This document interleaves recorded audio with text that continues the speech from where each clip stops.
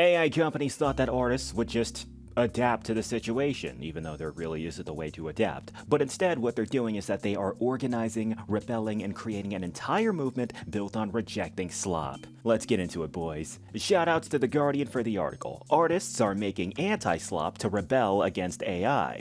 Yeah, pretty clever. But before we get into this, I would politely ask that you guys like and subscribe if you are sick and tired of AI seeping into everything that you love. Here on this channel, I like to cover this stuff every single day, and so if you want to know what to stay away from in the future, stick around.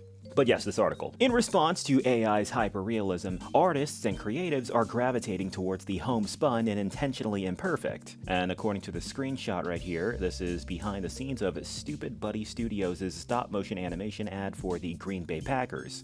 We do everything here by hand on purpose. They're making intentionally imperfect and not necessarily bad-looking, but instead, what's the word?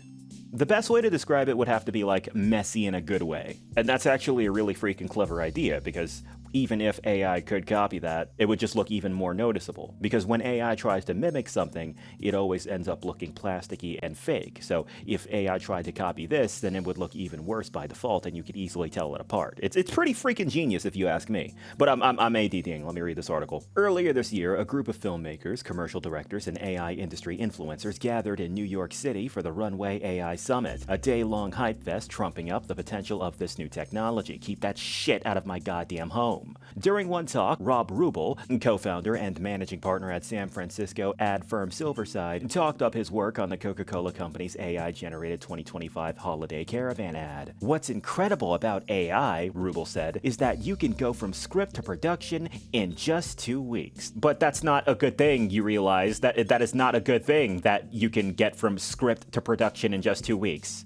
The creation of mainstream media is not something that you should have the ability to rush out that fast, whether you're working on AI or whatever other means possible. Like, imagine if you went to order a pizza, right? And you were like, hey, I want a large stuffed crust, like a whole bunch of toppings and details. And then you find out the restaurant comes back and finishes making your food within like 3 minutes. That would throw you off, right? You would be like, nah, bro, you need to check my food. This came out way too fast. You did that way too quickly. You need to make sure that this is right.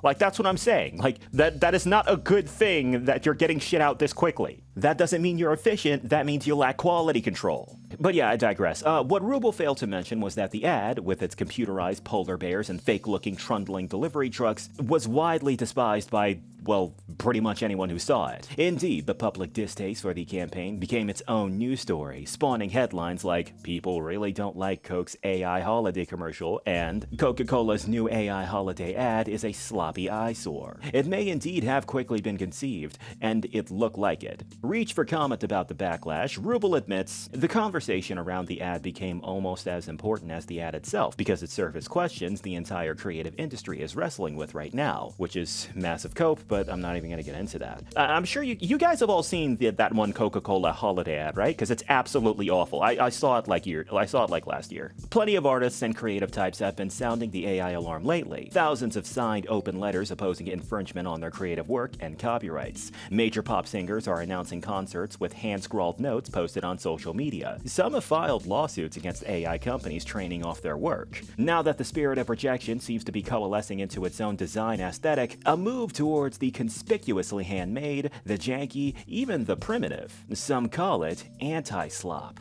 Where AI slop is slick and uncanny, anti-slop celebrates a more homespun feeling. It's present in the work of photographer and designer Michael Schmeling. God, these last names. Schmeling has designed photo books for the Rolling Stones, album art for singer Sharon Van Etten, and recently a suite of covers for the novels of acclaimed Chilean novelist Roberto Bolaño, reissued by publisher Picador. These covers have a crude, scribbly doodle in the margins of a high school notebook-like quality. They're even a little sloppy, but again, thoughtfully so. And yeah, this is what I mean when I said they are messy in a good way. Like, they look good, all things considered, and you can tell they are not AI at all, just from like a quick glance.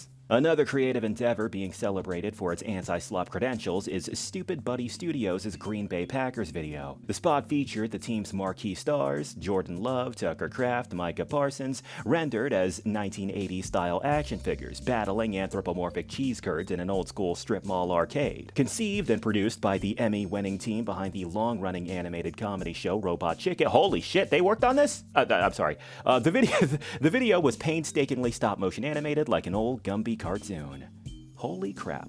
I'm just glad the Robot Chicken folks are still at work. But anyway, we do everything here by hand, says the co-founder, John Harventine IV. Wow. God, these last names are wild, this video. The way the team responded and the fans responded was really encouraging. And yeah, they should be encouraged. That's like, this is one of the few things you can this is one of the few things that AI probably will never be able to copy point for point stop motion. Because that is explicitly done by hand. That ain't something you can replicate in some 3D environment. Green Bay's social media team posted a behind-the-scenes making of video and sniped, "Your AI slop bores us." The comment may have been a bit of shade thrown at the NFL's Arizona Cardinals, whose own schedule release video made extensive use of AI images. My thoughts on this entire situation is that this is weirdly genius, intentionally modifying your art style in a way that is intentionally messy so that folks can tell that it is indeed not AI. Maybe I should start doing that myself. Honestly, I get so many okay, so I'm a voice actor,